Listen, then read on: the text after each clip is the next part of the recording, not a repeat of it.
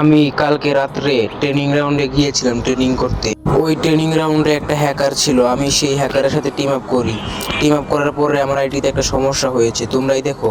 আমি কারো গ্রুপে যেতে পারছি না, ওয়ার্ল্ডে ইনভাইট দিই কিন্তু এই সমস্যাটা দেখায় আমাকে ওয়ার্ল্ডের প্লেয়ারদের গ্রুপে নেয় না। সম্ভবত এই সমস্যাটা হয়েছে আমি হ্যাকারের সাথে যে টিম আপ করেছি সেই জন্যই হয়তো হয়েছে। আমার ফ্রেন্ড লিস্টের গ্রুপেও আমি যেতে পারছি না, এখন আমাকে একা ম্যাচ খেলতে হচ্ছে।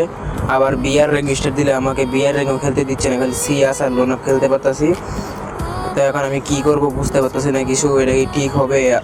মানে ঠিক হতে কতদিন লাগবে? এটা কি ঠিক হবে? আরও গ্রুপে যেতে পারছি না, এটার জন্য আমার এখন অনেক বড় একটা সমস্যা হচ্ছে, আমাকে একা একা গেম খেলতে হচ্ছে।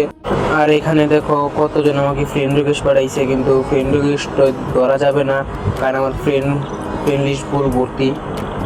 আবার ওয়ার্ল্ড ইনভাইট দিয়ে দেখি কারো গ্রুপে যেতে পারি কিনা। দেখো ওয়ার্ল্ড ইনভাইট দিলাম কিন্তু কারো গ্রুপে আমাকে নেয়নি, মানে গেরি না। এটা কি হ্যাকারের সাথে টিম আপ করলে কি আমাদের আইডিতে সমস্যা হয় নাকি? আর আমার এই সমস্যাটা কতদিনে যে ঠিক হবে আমি সেটা বুঝতে পারতাছি না।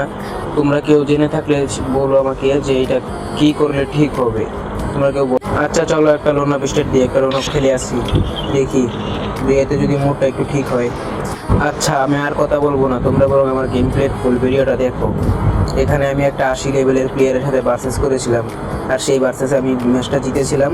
তোমরা দেখো ফুল ভিডিওটা। কত পাওয়ার লইয়া জনতা সবাই লড়ে ভাই, গণভবন ধায়া তোরা কে যা